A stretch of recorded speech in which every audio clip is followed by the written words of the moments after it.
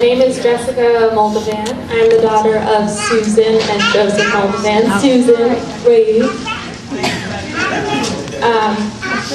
Sorry, I will stand. Which branch? The Bertha branch. Is that okay? My grandparents were Henry and Naomi Alkali. I apologize that I wasn't able to be at the earlier sessions. I'm in the final stages of finishing my master's thesis. So I also apologize if in the process of speaking about Viennese Jews, I also randomly start talking to you about Irish women politicians, because that's what my master's thesis is on. Some say I have diverse interests. In any case, it's really wonderful to meet all of you, and I'm sorry I wasn't here earlier. So the way I thought I would structure this talk is I'm going to tell you a little bit how I came to be interested in this project and how it came about, then kind of the protagonists of my story, what it was like for them to grow up in Vienna, the journeys that they took, what it was like to arrive in New York, what happened during the war years, what happened again once they came back and settled in New York, and how Judaism fits into all of this. As you might be able to tell, that theme kind of runs throughout. So what I'll be speaking about today combines two projects I worked on in college. A biography I wrote about my grandmother Naomi that focuses on her childhood in Vienna and journey to America, and my senior thesis entitled History's Exiles, Viennese Refugees in New York and the Illusion of Assimilation. My thesis was my attempt to pick up the story where the biography left off. What happened to my grandmother and grandfather once they were safely in America? While both are micro-histories in a sense, and you might imagine the diary that I based a lot of my biography off of ends in about 1944. So when I wanted to write my thesis on what happened next, I actually had no sources. And so that was probably one of the more exciting and challenging parts of what to do for my senior thesis when the diary finished, but I knew that Vienna in particular had a big part in my grandmother's life and my grandfather's life. But I wanted to find sources. I wanted to find, as a student of history, if you don't have it in writing or you don't have a transcript, there's nothing you can do and no one will believe you. So I spent a lot of months researching what her life and what my grandfather's life were like once they got here. While both are micro-histories in a sense, the biography focuses on my grandmother, and the thesis focuses on her group of friends, the Viennese Mafia, as their children used to call them. Both projects, and especially the latter, allowed me to see a real hole in American Jewish historiography. Austrian Jews, the majority of whom lived in Vienna before and during Germany's annexation of Austria and the Anschluss of March 1938, arrived in America, but they arrived in America Germans. Meaning America recognized the Anschluss while many Jews who were able to escape made the journey over. Thus, the figure we have is 28,600 Austrian Jews arrived in the United States, but this is very much an approximate number, because all Jews who entered were labeled German. But it wasn't just a case of numbers. The Austrian and German Jews who arrived in the United States between 1938 and 1945, the group historian Walter LaCour calls Generation Exodus, was very different than Emma Lazarus's huddled masses. The Jews from the shtetls in Poland who came during the earlier and much larger wave of Jewish immigration to the US between 1880 and 1924. And many took offense at being portrayed as such. The earlier generation consisted of primarily Yiddish-speaking, religiously observant Eastern European Jews. They came from small towns to escape pogroms and for economic reasons, were mainly lower or middle class, and had minimal education.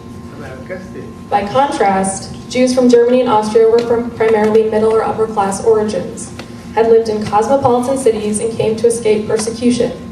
Flight was not their first choice, nor was uncultured America, as one of my grandmother's friends put it to me, the desired destination. To varying degrees, many would have agreed with Peter Gay's statement regarding his assimilated lifestyle in Berlin. Only Hitler made me a Jew, and it turned out not a very good one. Likewise, the narrative about their lives in America had centered on their desire for, quote, speedy and complete integration into the mainstream of American life. Before I continue, I want to be upfront about something. I know far less about my Opa, Henry Alkali, the man who connects me to all of you. While I can give you certain biographical information, and will do so, although I think that's already been done, the majority of my sources come from my grandmother, namely her diary from when she left Vienna, traveled on the Kinder transport, and arrived in America, which is in this box, and I'm happy to hand it around, and a video archive she recorded for Steven Spielberg's Showa archive. I've speculated why this might be the case, why I really don't have anything from my grandfather. One, I think the diary is pretty amazing and I don't expect it to be replicated. I don't expect a lot of people to have been able to keep a diary like that. But two, I imagine it was very painful for my grandfather once my opa died in 1992. She lived until 1998. One of my grandmother's best friends, Martha Lowe, who was a protagonist in the thesis and is the only living member of the group called the Viennese Mafia, suggested that she had gotten rid of a lot of the letters that he had sent her. I do have many photographs, however, and I'm happy to pass them around. He was quite a stud.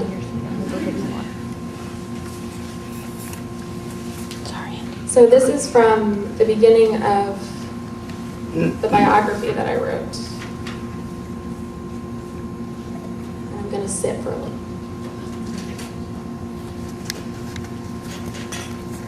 "5 years ago, my mother stumbled upon a small cardboard box of my grandfather's things. She brought the box along with faded photograph albums to our apartment 15 years earlier, just after my Oma had died, but never examined its contents. I happened to be in her bedroom as she removed the lid and found letters inside, written on colored stationery of various sizes, beautiful sketches of dresses and gowns, and a small cloth-covered diary with a brown and beige geometric design. I watched her slowly turn the pages. My mother recognized the graceful, neat curves of her mother's handwriting, but could not understand the text of the diary because it was in German. I especially remember her expression of confusion and surprise when she flipped to the last page, dated December 1st, 1944, nearly 5 years after the previous entry, which was in English. It is a strange thing to have that little book in my hands again, she wrote. I read it through, beginning with the last page, surprised about the way I was able to put down what I felt, thought. A long time has passed since I made the last entry, over 5 years. I guess I'm all grown up by now, but judging by the way I feel tonight, I did not change much. Hans, my grandfather, is still the only important factor in my life. My husband, Henry, I should say. We are married since June 26th, 1941. No wonder I never even thought of going on with that little memory recorder. Life was full and beautiful. Of course, there were plenty of problems, countless ups and downs, but nothing of real great importance, until the day he had to leave me. For more than 6 months, I followed him from one army camp to another. Then he was sent overseas 10 months ago. Things repeat themselves. I could just copy the things I wrote while being in England. This was my first introduction to the diary, as in this was the only thing I could read. 23-year-old Naomi Alkali, quote, all grown up by now. It's funny, I'm 23 and I certainly don't feel that way. Had secretly spoken to her memory recorder about events in her life that she would never again discuss until her interview for Steven Spielberg's Survivors of the Showa Visual History Foundation on September 15, 1995. Feisty, strong-willed, and, quote, surprisingly short for the magnitude of her character, as my Aunt Florence aptly remarked. My grandmother, who was never wanting for words, was notably silent about her past. 9 years old when she died, I had only a faint notion that Ominomi, a term my cousin Greg coined in a brilliant combination of Oma and Naomi, was different from my paternal grandparents, who were both born in America. I knew about her passion for opera, love for Don Giovanni, which reverberated through the halls of her Bronx home that she shared with my grandfather. I knew that schnitzel and chicken paprikash were her dishes of choice. Major changes to her menu that replaced Schweinsbraten she cooked and served before my kosher father entered the picture in 1975. I also know that she spoke differently. She had a beautiful accent which even then evoked an air of sophistication and culture that I yearned to emulate.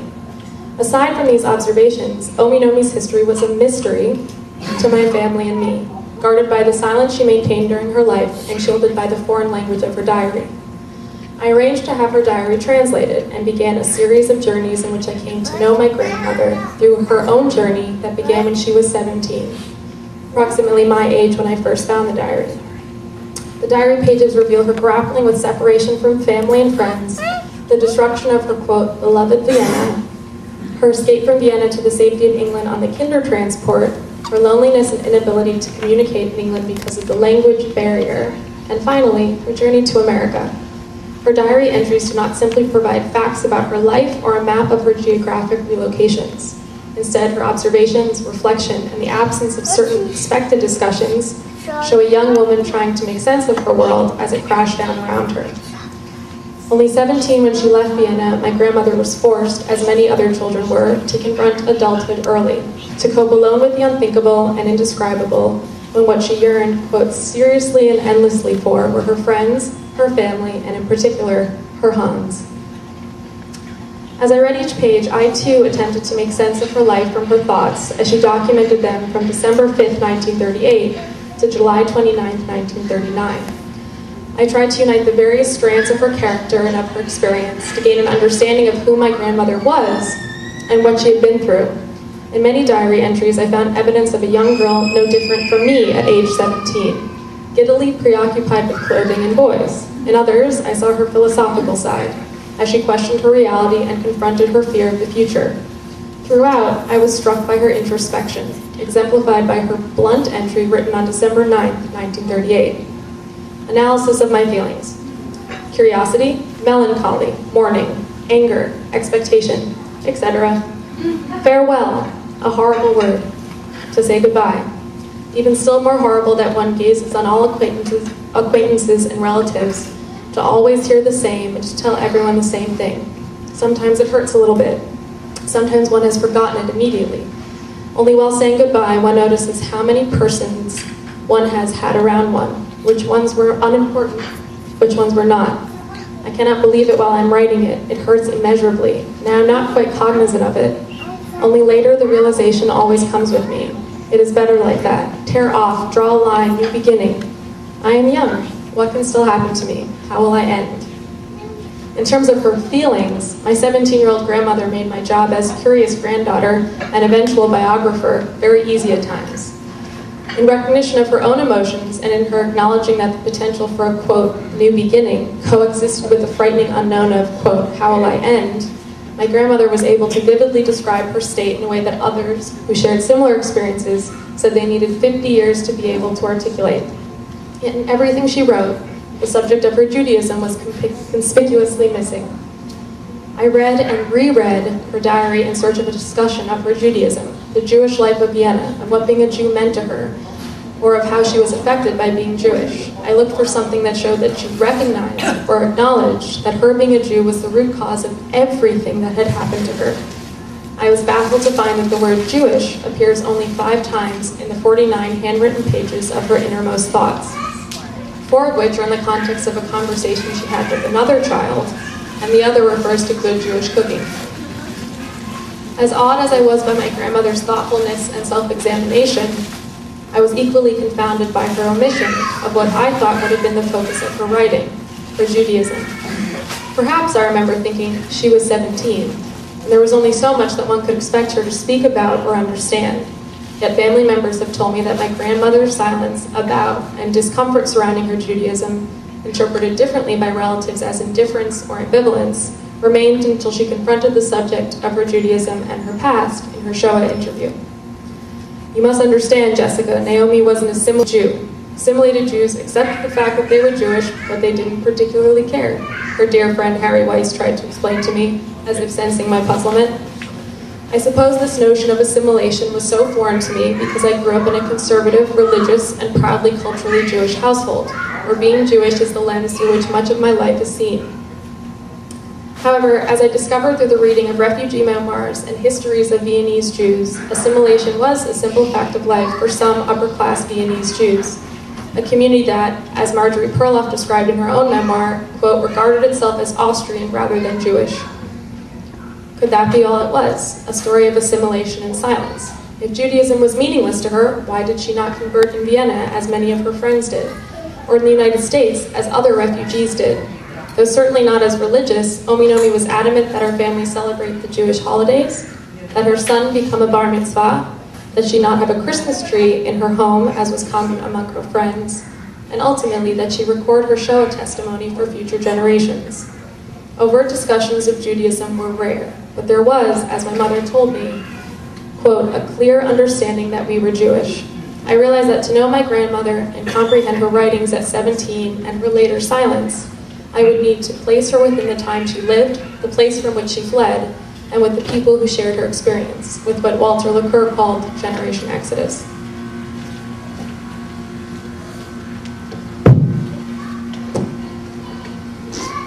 So my main interest in looking into this project began with having the diary first, and also desperately wanting to translate it, and also I felt there was a disconnect between how I interpreted my own Judaism and my grandmother's.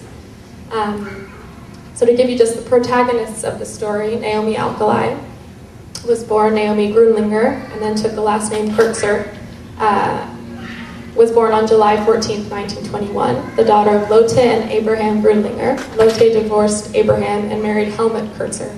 Henry Alkali, my connection to all of you, was born on December 14th, 1919. He had two sisters, Nora and Litzy, son of Nella Lustig and Moritz Alkali. Nella is the daughter of one of the 28 Frankels. Is that right? Okay. Gotta hope, there's so many. The other protagonists make up the group that she formed, the Viennese Mafia. They were not at all involved in crime. I think I should put that out there. That was to talk about how close-knit they were. I realize that probably merits explanation. Martha and John Lowe, Lila and Harry Weiss, Helga and George Rees. So just to give you some background, or to begin with Vienna. In his memoir, world-famous pianist Walter Hotzig, who fled from Vienna to Palestine in 1938, recalls a joke among his contemporaries. What is the difference between the Austrians and the Germans? It tells of one German and one Viennese general at a command post in World War I. Things look bad. The German sends a communique. Situation serious, but not hopeless. The Viennese sends one. Situation hopeless, but not serious. There is definitely a belief, a kind of, just a way of looking at Viennese culture as being this merry, magical place that often built off of, I guess, what Fin de Siècle Vienna, which was also itself mythologized. Coffee houses, the birth of psychoanalysis, the birthplace of culture as we know it. The world could not survive without Vienna. This was kind of my introduction to Vienna when you look at history books that don't actually devote themselves entirely to Vienna, but only give them like a couple of chapters. Then you learn more about Vienna. 1918 to 1938 was a period of severe unrest, as I'm sure many of you know. The stock market collapsed in 1924. Unemployment doubled between 1929 and 1933, and there was a civil war in 1934. Vienna was no longer the focal point of the great Habsburg Empire, but rather a not centrally located capital of an Austrian republic in search of a national identity. Writing what he describes as the first full-length study of the Austrian contribution to America in 1968, E. Walter Spalding takes the numerical issues and raises them to a metaphorical level. By calling Austrian immigrants, quote, the quiet invaders, and describing Austria's complicated ethnic past, Spalding concludes, little wonder that historians and statisticians alike have shied away from the problem of Austrian immigration. We have never quite been certain what an Austrian was. This idea that this was a very difficult time following World War I had special ramifications for Austria's Jews.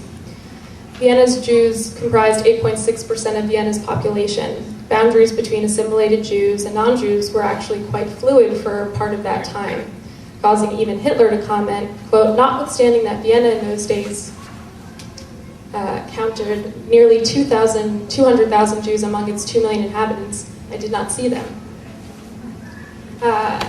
This was further, the integration happened in schools as well. Gymnasium was a type of school that very rigorous education, liberal arts education, and something called Bildung. I hope I'm pronouncing that right. But 50% of the girls who went to these schools, these special schools, as opposed to trade schools, were Jewish, and 1/3 of boys were Jewish as well. In her memoir, Marjorie Perloff explains that because Jews could never be ethnically the same as the non-Jewish German and Austrian population, they turned to, quote, the culture nation of German Enlightenment culture, the liberal cosmopolitan ethos of Bildung, which they believed they could share with Austrian Gentiles. There are different historical opinions about whether this was German Enlightenment culture, or this was, as Stephen Beller controversially argues, the creation of the Jewish cultural elite, that Jews had a disproportionate presence in the upper middle class. There were more doctors, more lawyers, more professors who were Jewish at that time. So this historian goes as far as to say this wasn't actually German Enlightenment, this was the product of Jews. I find that a difficult argument fully to take, but I think it's worth noting, especially because his argument is then Jews thought that they had assimilated into German culture, whereas really they had assimilated into their own creation. They were never going to assimilate into Austrian German culture. Following World War I, however, Jews became scapegoats for the loss of the war, and attitudes towards Jews, driven in large part by the influx of less acculturated Jews from the East, changed for the worse. But what I found when I was looking through my grandmother's diary and letters that her friends had written, this is not how they felt. They describe idyllic childhoods, dancing schools, skiing and hiking on the weekends. Life was fabulous. They lived in Hitzing, 3 of them, and what they did describe was a stratified society. Upper middle class Jews felt that they had been accepted by Austrian society. They felt more differences in most of the memoirs from the Eastern European Jews from Galicia, the Ostjuden, as they were derogatorily referred as. Some, like Martha, barely knew that they were Jewish. She told me, "My mother knew about Judaism like I knew about Buddhism. We both knew nothing." Many said they never experienced anti-Semitism. But what I would say is that the recollections decades later suggested a discomfort even early on.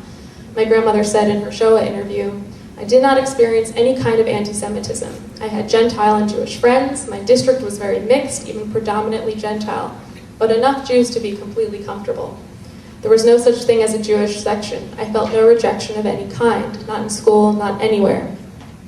Harry Weiss said similarly, "We also believed that we had been accepted by the non-Jewish population of Austria. Many Jews thought if they baptized or declared that they had no religion, they would escape the prejudice of being Jewish. We were not Jewish, we were Mosaic. We believed we were Austrians. Eastern Jews always knew they were Jews first and Austrians second. We were brought up to believe that Austria was the center of the world." When I later looked into the term Mosaic, it turns out that it's a euphemism for Jewish, that everyone knew if you put Mosaic down, you're actually Jewish. And I found that when my grandmother said there were enough Jews to be totally comfortable, if you really felt the same as everyone else, why do you need enough of your own kind to feel completely comfortable? I thought that that was a very telling comment, that even when she was younger, she noticed that she wouldn't have been okay had there not been other Jews around her. I should also mention that one of the most interesting parts of the project was comparing her diary with her Shoah archive. What gets omitted when you're in your 70s explaining your history versus what gets written down contemporaneously. Turns out Hans, not the only man in her life, shockingly, though the most important, and again, the reason I'm here. But it was definitely fun to get to read my grandmother at age 17 grappling with just what it's like to grow up, but she happened to have been in an unbelievably tumultuous context. When she looks back at 74, there was no one else but Hans, is the first thing, and everything was idyllic. But even historians who have done similar research say they are surprised at how many people describe just an unbelievable childhood, even though usually when you're 13 and 14, nothing is idyllic, but that's what they say. But everyone who I studied began to kind of understand things in the context of school, which makes sense because they were young.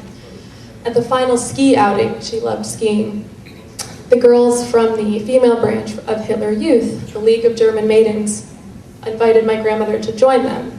I looked like my grandmother, and they assumed that she wasn't Jewish. But she's Jewish, and she responded, "No, I'm Jewish." She later said that her parents were extremely angry at her, and she didn't understand why. She had no problem with it. But she started to notice that things began to change as 1938 came around. Nomi found herself and, quote, "my girls, Ava, Helly, Mutzi, Trudy, Alfie, and Lisa," as she affectionately wrote of them in her diary, excluded by the girls, who had once mistaken her as one of their own. Naomi painfully described the moment. Quote, "We approached and they would back off and shut up. We would ask a question and they said, 'Why don't you discuss it with someone else?' There was a turning away. It was almost a tone of voice, an expression. 'You don't belong to us. You are not one of us.'" Naomi remembered feeling distressed, but said, "We just didn't know. We just couldn't understand what was going on." Harry Weiss, too, recollected a moment from a ski trip when a teacher openly exclaimed, "Those Jews are smelly, they stink." He lamented, "The closer we got to Hitler, the more it happened. Sometimes teachers hid it, but we knew who was anti-Semitic."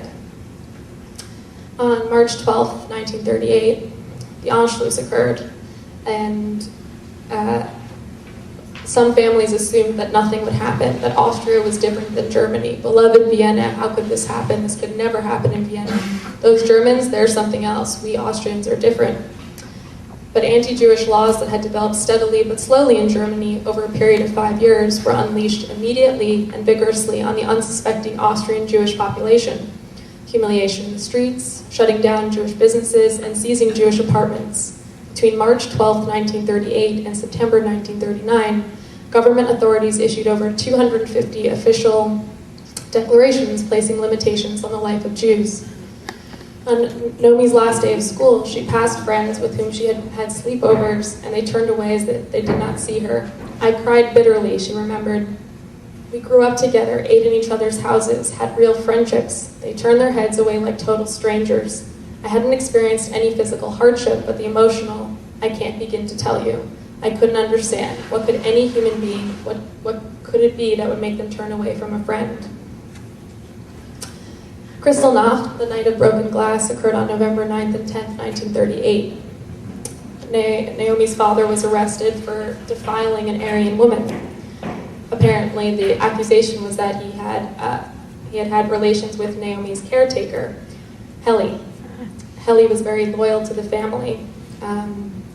Naomi recalled Heli's harsh, clipped North German accent when she scolded the SS agents. Heli said to them, "How dare you lowly Austrians accuse me, a true German citizen, to have anything to do with a Jew? You miserable Austrians, I will report you to the German authorities." By invoking her superior status as a true German, Heli secured Helmut's release from jail a week later. Bertha Leverton, who was 15 in 1938 and came from a Polish family, was less surprised at what happened.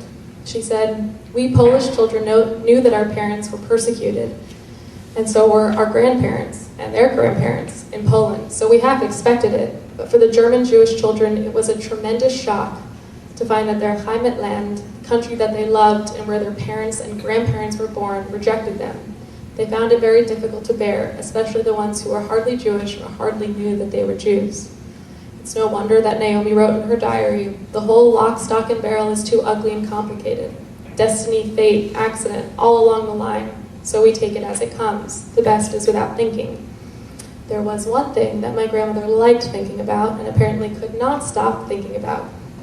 On December 5th, 1938, well, presently I find myself in Hognas 28 at the activity of packing. Thursday I travel. I go to England. How simple that is stated, but what was before and altogether the time between the disappearance of my first diary and the opening of this one, I do not write. That I do not forget in any case. Shall begin with the fact that I on Thursday shall travel with the kinder transport to England. Also the dancing school is finished, and brought so much that is new, a wonderful eventful winter, and Hans. Good God, are the young girls silly, and I included. Constantly, it's a question about a male. His name was Hans Alkali, and they met on the first day of dancing school on October 4th, 1936. He had dark brown hair, was of medium build, and with the exception of his large ears, which he comments upon, exuded a grace and elegance that she had never seen in anyone else. She was barely 15 years old, and he was the ripe old age of 17. In height order, girls in their white satin gloves lined up on one side of the room, across from young gentlemen dressed in tuxedos. Nomi, the shortest of all the girls at 5 feet tall, stood at the far right end of the rows of girls, and Hans, the tallest of the boys, at 5'10", stood at the far left. Each boy was supposed to ask the girl directly across from him to dance, but Hans had a different plan. He took one big step and slid diagonally across the polished mahogany floor until he reached Nomi. He bowed, looked up at her, and said, "My name is Hans Alkali." In Nomi's recollection, that was it. I came home on that evening and said to my parents, "I met the man I'm going to marry." They laughed and wondered how often they were going to hear me say that. They didn't hear it again. But that was not it. What Naomi presented as a simple love story was, as the diary demonstrates, slightly more complicated. Nevertheless, her love and longing for Hans, quote, although no way is he handsome nor especially snazzy, was clear by December 5th, 1938, when she wrote of her desire to be with my great and only guy who was already in New York. 9 days after Nomi wrote her diary entry, Hans celebrated his 18th birthday in New York. In Vienna, he had lived in the 3rd district known as Landstrasse, a wealthier district than the Kurzers lived in. His extended family, the Klaus, was extremely affluent and enabled him, his sisters Nora and Litzy, and his parents Nella and Moritz to escape Vienna by providing them with affidavits. An affidavit guaranteed that the person for whom the affidavit was issued would not become the responsibility of the country that allowed him or her entry. For most people, obtaining an affidavit was either difficult or impossible, and often required numerous trips to various agencies. While waiting for the affidavit to arrive, Hans graduated from gymnasium and was eligible for the Austrian army.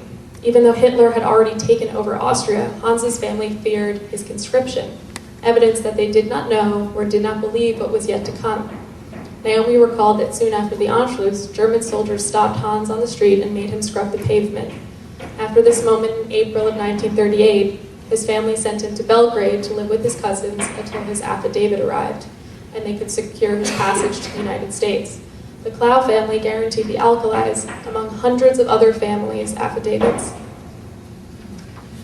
The next part goes over their journeys. As I said, my grandmother was on the Kindertransport, and as she wrote in her diary, with one word, I am not Nomi, but the child number 250. Sounds almost like the title of a roman. So what? Shall also pass. I think she's a fabulous writer. Organized by the Movement for the Care of Children from Germany, also known as the Refugees Children's Movement, which was the umbrella organization that included the Quakers, the Kindertransport provided transport for approximately 10,000 children to England from Germany, Austria, and Czechoslovakia. Norbert Wilhelm, who worked for the RCM in Berlin, said, if England was willing to take all these children, it proved that there was still humanity left somewhere. Parents put children on this train knowing that they would likely never see them again. I don't know if any of you have seen Into the Arms of Strangers, which is a story of the Kindertransport, but it's heart-wrenching. And often the children were too young, didn't understand what was going on, and children later described feelings of sadness, but also abandonment that their parents had given them away. It's also worth noting that there was a bill with similar intentions to allow refugee children into the U.S., known as the Wagner-Rogers Bill. It came to Congress in early 1939. It would have allowed 20,000 refugee children under the age of 14 to enter the United States within a 2-year period. The bill failed early in committee stages. Although many who went first to other countries eventually came to America, as Naomi did, and 2,000 other Kindertransport children did, the United States admitted only 1,000 and 1,035 unaccompanied children between 1934 and 1944. Nomi's parents, meanwhile, were scrambling to find their own way out and hoped to take Nomi with them. They reached out to friends in Switzerland who were able to help them but could not help my grandmother. Because Nomi was born in Palestine, she was not an Austrian citizen. Yet having spent only 8 months in Palestine, she was not eligible for Palestinian citizenship.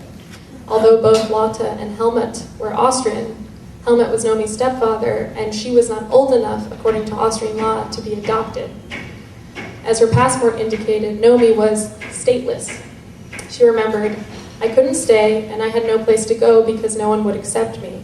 A horror for my parents, who hoped the Quakers would at least get me to England, which they did. Although her family yearned to stay together and tried, as her diary entry shows, to get her to Switzerland, she did not yet know this was a possibility. By waiting to find out, she risked her spot on the Kindertransport, which was to depart in only a few days. My grandmother wrote about all sorts of emotions as she waited and on the trip.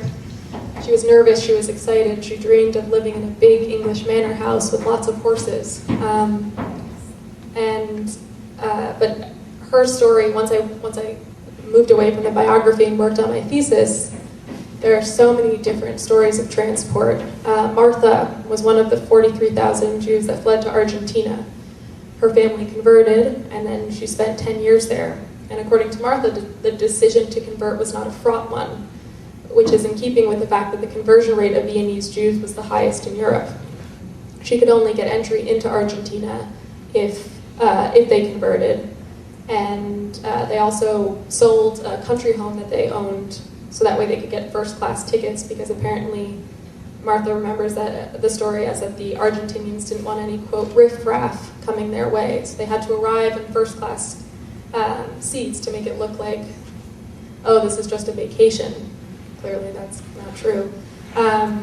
Harry Weiss, for example, went to Prague without paperwork in hopes of going to school there and sneaking in under the radar. He was imprisoned in Prague, then moved to Paris, where he was imprisoned again and sent to a detention camp in Normandy. There are so many stories, and the degree to which both luck and money play a role is kind of overwhelming. Everyone kind of has a story. For example, my grandmother was stateless, so how was she going to get papers? Someone was kind enough to look the other way at one point in her journey. This is clearly anecdotal, but from the research that I've done, there are numerous stories like this, and also just being able to provide an affidavit clearly depended on a tremendous amount of money and connections in the United States, for example. So just to get back to my grandmother, she did not arrive straight away in New York or in England. On December 11th, 1938, she writes, "Free, free at last, on Dutch soil, the reception, the people, the joy. Good God, that something like this still exists. It really lets you forget everything. One breathes easily." That was a moment in her diary that you really got to feel her age, and a lot of other memoirs have similar recollections where there are pages devoted to descriptions of food that they got upon arriving. Trays of buttered bread with chocolate sprinkles showed up in about 10 memoirs that I read. And also descriptions of a picturesque train ride. They were riding through Austrian and German country land, suburbs, I don't know, I'm from the city, excuse me, but it was amazing at how much the description of just what they're seeing pervades what they write. And I think it gives a sense of how old a lot of these people were. They were very young. They wanted to talk about the food that they were eating. They wanted to talk about the good things that they were seeing as opposed to the really awful things that had led to their leaving. In England, on December 15th, 1938, she had a very interesting experience. Again, another bed, again, another camp, new people, immigrants, fate. Yesterday evening, Gert wanted to see me once more. Gert, a dear and smart boy. We talked the whole time about the themes of our era, and I've sensed how torn I am. Gert said again and again that according to my character, I am not a Jewess. He himself was a Mischling and a National Socialist, but can absolutely not deal with the Jewish question. He hated the Jewish types, and I had to agree after the examples in the camp. It was not difficult to carve that out. My God, the loving compliments that he could make. The whole day we were together, he helped me pack, and it was nice. I cried for the first time today. It was in the evening after sunset. This camp is cleaner by far, more luxury, but our old camp was more cordial, cozier. Here one feels the foreign country because the crowds are constantly running around, all Germans. One has fled before them. Here one finds them again. Jewish National Socialists from Germany. How horrible. By writing that she felt torn, Naomi clearly felt uncomfortable being a Jew, but also felt uncomfortable around Gertz being a self-hating Jew. Despite being happy to be different from the Jewish types, what I assume was his way and her way of talking about Eastern European-looking Jews, it is clear that, as assimilated as she was, the idea that a Jew could be a Nazi was incomprehensible and horrible to her. She took a break from writing between December 23rd, 1938 and February 16th, 1939. During that time, she was in charge of making the refugees look attractive so they would be chosen by foster families. She served as a counselor for the most part because she was too old technically to be allowed on the Kindertransport. You were supposed to be under the age of 14. My grandmother was 17. So the only way she could get on was by acting as some sort of keeper for the younger children. In her Shoah interview, she called what she did the cattle show because she put young, very upset children into pigtails and cute little outfits that they could find to try and find families that would want to take them.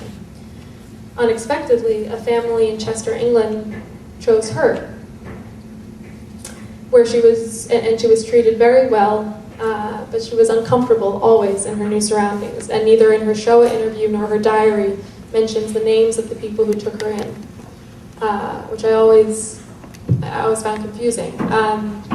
And there's, in a lot of the letters that I've read from other people who were in similar experiences, you can sense a degree of confusion about class. A lot of people who were on the Kindertransport had grown up in very luxurious environments, had people waiting on them, and in a lot of the homes that they entered, they were expected to do housework.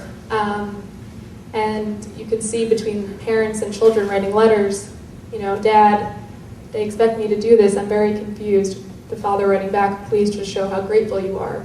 And clearly even then, not everything has kind of sunk into what's going on with them, that they expect, I've never done this before, why would I start doing it now? But this is not the majority of the letters. I was just struck by how that aspect of their lives was very confusing for them. But my grandmother seems like she was surrounded by love with the family that took her in and fed her and clothed her and celebrated with her when she finally got her visa to go to the United States. On April 1st, 1939, after waiting a very long time, she arrived in New York Harbor. I was on Ellis Island with hundreds of immigrants, Naomi recalled, very few from the Normandy, which was the ship she was on, and needless to say, very few from first class. Somehow, her parents had bought her a ticket well in advance of her going over in the hopes that she would be able to join them, and at that time they actually had the funds to do so. When most arrived in New York, where most people arrived, the restrictions that were placed on Austrians and what they could bring was very, very limited. So people who started off extremely wealthy or very comfortable became impoverished to the United States.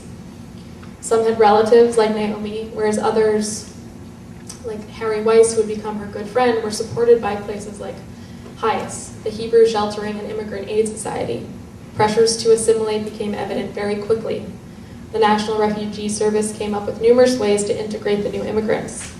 But this desire was internal as well. According to Maurice Davies' 1947 monolithic study of the refugees from the Nazi Reich, the new immigrants exhibited, quote, an unusual desire to become naturalized. And when I read that, it very much reminded me of how they had been in Vienna, this assumption that they were assimilated, that they could be themselves, but that they desperately wanted to fit in and not to be considered different. The focus then was on finding work and a place to live. Hans, now Henry, found a place to stay and a factory job at a company called Weiss & Clapp, through wealthy relatives who had provided him with the affidavit. Relationships proved crucial to finding work and a place to live. When they came to America, the country was still in the throes of the Great Depression. Women had a somewhat easier time finding work, in large part because of the many languages they spoke. So many people in this group, including my grandmother, they got secretarial jobs for a while, and many women talk about how the fact that they were essentially trilingual very much aided their ability to find work. Class, again, is a factor that resurfaces often in this story. Martha said to me, after having lived a fairly privileged life in Vienna, and they came over impoverished, Martha said, John used to say, we may be broke, but we're not poor. Poor is a state of mind. The particular group that I studied, the Viennese Mafia, they came to the United States at an interesting stage in their own lives. They were not old enough yet to have been professionals in Vienna and faced the disappointments that many faced when, who could not get appointments coming to the United States or had to go back to school to get licenses to practice in America, but they were also not young enough to take advantage of the American educational system. George Reese was the sole member of this friend group to get a full college education, which was a major contributor to integration into American life. So this could have also been a reason why at least this particular group that I studied and those in this age group stuck so closely together. In their life in New York, they tried to settle and build lives in New York, and I did a lot of research in the Aufbau, which is a German Jewish newspaper. I had limited German, but it was interesting to read the ads And something that stuck out to me was how often ads were placed that specifically targeted Viennese people or marketed themselves as Viennese. 36-year-old widower looking for Viennese or Austrian wife. Viennese people, come to your own tailors, Ernst and Janet. And it stuck out to me that this was a German Jewish newspaper, but the Viennese were carving out their own place and wanting very much to market themselves and appeal to their own type as separate and distinct from the German population who, if you met a random person on the street, would assume that Austrians and Germans were exactly the same. So while German refugees had been building a community in Washington Heights since Hitler came to power in Germany in 1933, Austrian Jews made up only 8% of the refugee population in Washington Heights, which was a more religiously observant area. Viennese Jews did settle in areas adjacent to Washington Heights, the West Bronx, the Upper West Side, and once finances permitted, Westchester. The decision to be nearby this neighborhood and American-born Jews who had moved out from the Lower East Side where their parents had lived seems to suggest that, like Naomi had said of her environment in Vienna, the Viennese Jews needed, quote, enough Jews around them to feel completely comfortable. But unfortunately, they would have to wait because they couldn't really start their lives as the war started. And among refugees from National Socialism born between 1918 and 1924, when all of the members of the Viennese Mafia were born, approximately 68% fought in the military in World War II. Some said this was a way to speed up their assimilation. Some said they did this out of gratitude. But I thought 68% was a pretty startling number. And they weren't actually accepted because they were considered resident aliens, so they had to wait out, and instead of trying not to be conscripted, were very eager to join the army. When the war began, the refugee community distanced itself from its European background. As early as November 1939, the Aufbau began to carry the subtitle dedicated to the Americanization of immigrants. John, Harry, Henry, and George, all of the male members of the Viennese Mafia, all became soldiers. My knowledge of their wartime activities comes from Harry Weiss's memoir and hundreds of letters he sent to family and his then girlfriend, who would later become his wife, Lila. The letters show a growing fascination with and admiration for his new country, as well as a continued connection to Vienna. So just a couple of examples. The writer of the present takes pleasure in informing you that on the 23rd of this month, the U.S. will be enriched with a new citizen. Private Harry Weiss will be sworn in the post office of the city of Spartanburg, South Carolina at 10:30 a.m. in a ceremony affected 163 other former lousy foreigners.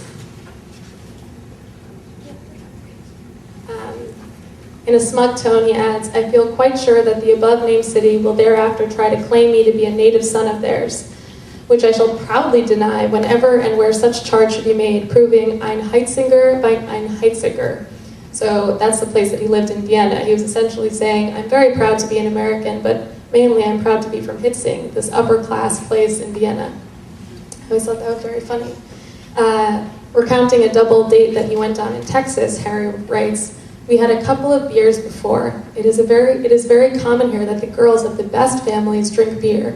Imagine." And I thought this one kind of summed up the way in which his new life and his old life continued to interweave. "It's Sunday afternoon," he writes to his sister, "and I'm sitting in my nicely heated room." He was actually in Dachau at the time. He was going afterwards to visit the camps, as a lot of people did who were in Camp Ritchie, which I'll explain in a second. "It's Sunday afternoon," he writes to his sister, "and I'm sitting in my nicely heated room, listening to the radio playing Viennese waltzes, every now and then lying down on the bed, reading the New Yorker or Time, and wondering how much further we are today from the state of the world was when the war started."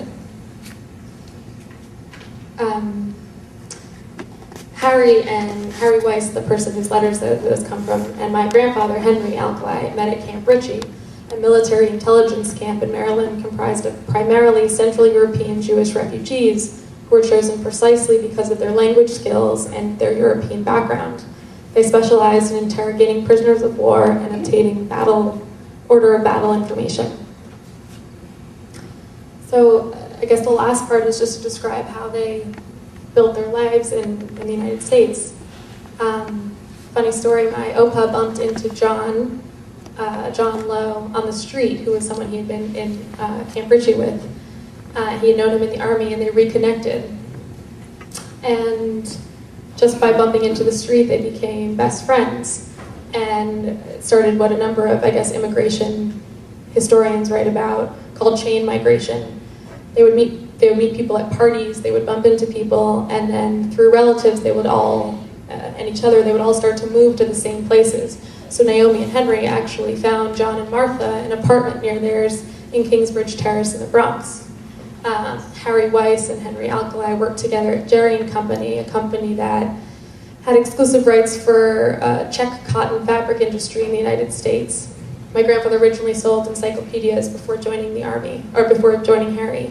But one of my favorite parts about what I learned from them was, and I'll pass around the pictures, I guess one of the reasons I loved this group is that there are millions of pictures of them smiling and laughing hysterically. And all of them talk about the parties that they had, and they socialized all together all the time. And as I read more and more memoirs, they socialized primarily with other Viennese. For example, one memoir says, Marjorie Perloff, she wrote a memoir called The Viennese Paradox. She explained to me on the phone, a few Germans were admitted, so to speak, but the immediate friends were all Viennese, and there were lots of them. At our house, Germans were a bit mistrusted, too serious, not enough charm. And I know the reverse was true. The Germans thought the Austrians were a bit lightweight, we were a bit frivolous. A lot of other, Martha said, when I arrived, I only associated with John's friends. All of them were from Vienna. One was not, because one of them had married a German woman, unfortunately. But on the whole, a very Viennese group. It was like a nest.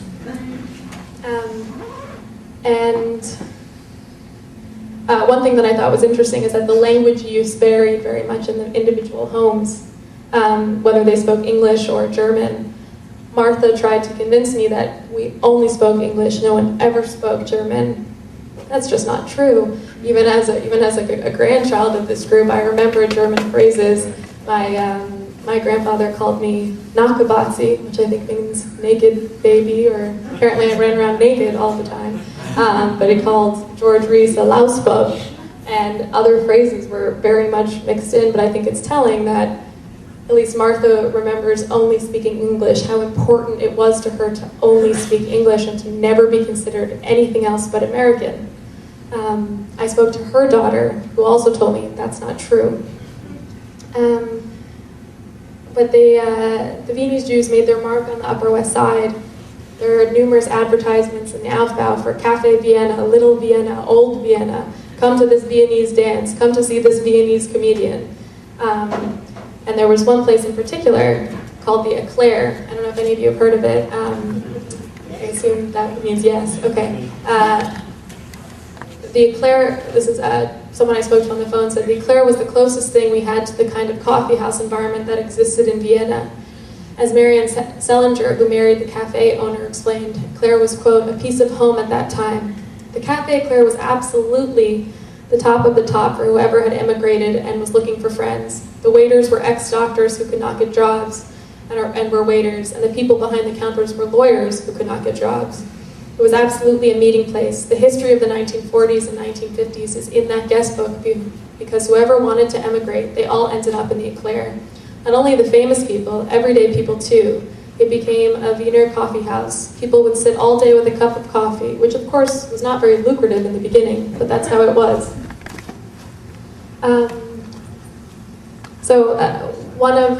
I'm almost done, I promise. Only one of the 4 couples belonged to a congregation, and only one couple did not have a Christmas tree in their homes during Christmas, my grandparents. The son of one of the couples described his parents in Vienna as being Jews in a Catholic country pretending to be Protestants. Martha and John converted and sent their children to Catholic school, and there was an unspoken discomfort around this choice. Naomi, according to her children, there was a, quote, clear understanding that we were Jewish. one thing I grappled with when I was reading this is how do these people fit into the history of American Jewish historiography, but also how do they fit into the Holocaust narrative? I think there are a couple of people who have pondered this as well. Perloff writes, "Unlike so many authors of refugee memoirs, I had no horrific tale to tell. My family's upheaval was psychological and cultural, but not at all life-threatening. We were never in a concentration camp. No immediate relative was imprisoned. And when we came to the United States, sponsored by a cousin of my father's, we had sufficient funds to get by, even if quite meagerly." Monroe E. Price echoed Perloff's sentiments. "Refugee stories revel in a uniqueness of escape, the drama of the last train from Berlin, the last boat from Hamburg, or the triumph of being on a ship that made it to Palestine, but sank the next time out. Because in 1939 I could leave with my parents and without physical harm, and because we had succeeded in gaining access to the United States, my narrative is as undramatic as is possible in the range of stories of the Holocaust. I may have endured, I may have had a close call, but I'm not a survivor in the class entitled by circumstance to use that term. Indeed, the absence of these events in my relatively placid life may mean for some that I am disenfranchised from writing about this period in any significant sense, but that leaves the person of who I was in the continuum of the Holocaust narrative." I also was trying to figure out how to place them. Who were these people? What did it mean? But especially because they had a complicated relationship with their own Judaism, and ultimately I decided they deserve a place. They deserve a place to be spoken about, even if they were quiet about their Judaism. They still remain Jews. They chose not to convert. They associated with other Viennese Jewish people, and I think most importantly, two of this group ultimately made a video archive, whether it was for Shoah or the Fortunoff archive, which is another archive up at Yale. They wanted to share their stories, and they wanted to confront their own past in a way that I think means they deserve for their story to be heard. Back in business. Okay, I think we're back. So finally, Martha, my grandmother in her Shoah tape, and Harry Weiss, they all express sentiments of, "We assimilated beautifully. We're fully American." Martha said to me, "I don't even like the Austrians. Don't ever call me Austrian to my face." And I totally understood that sentiment. Given everything she had been through, I completely understood it. But it surprised me because of how much I saw them as Viennese. There was so much about my grandmother that I assumed was Viennese, and it made me think that just like they had felt that they had assimilated into life in Vienna, they felt very much that they assimilated into life in America. But I would argue that they created their own distinct Viennese Jewish community, distinct from the Germans, distinct from the American Jews. Being Viennese, whether they were consciously happy about it, was very much a part of who they were. But in terms of American Jewish historiography, it's very complicated for historians because these people, Viennese Jews, my grandparents, do not fit easily with the Irving Howe definition of what it means to be Jewish. The blood, sweat, and tears of the Jewish experience in Eastern Europe and its very visible expression in America. By contrast, the Viennese Jews did not particularly self-identify with Jewishness in either Vienna or New York, and they barely acknowledged their pedigree. As a community, it left few relics, built no monuments, and did not establish a single great synagogue or Jewish social institution. In those ways, the story of the Viennese Jews is largely inconsistent with the larger Jewish immigrant narrative in America. Yet they are a component of the larger narrative. For the most part, those that entered America as Jews remained Jews. They chose as families to live among others like themselves, and they remained a small, self-contained group, mostly in New York City, extracting from their past those elements they needed to maintain their identity and live in the present.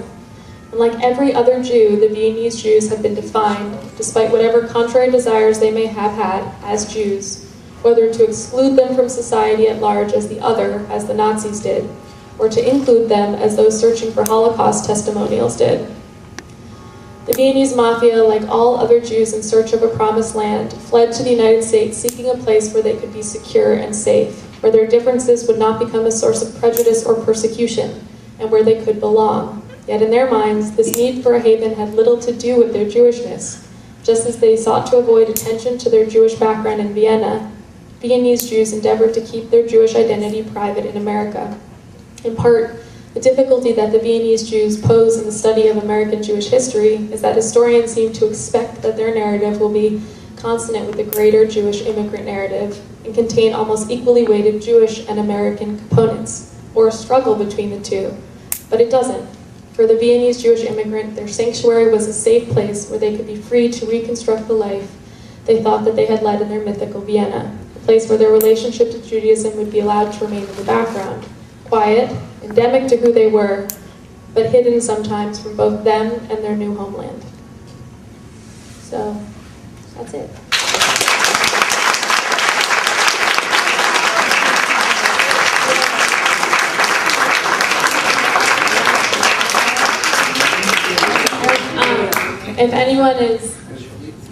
If anyone is interested, the Leo Beck Institute, I don't know if anyone is familiar with it, has about hundreds of interviews that people that historians have not really used yet, and there is definitely a niche for work to be done in case anyone's looking for a change of career.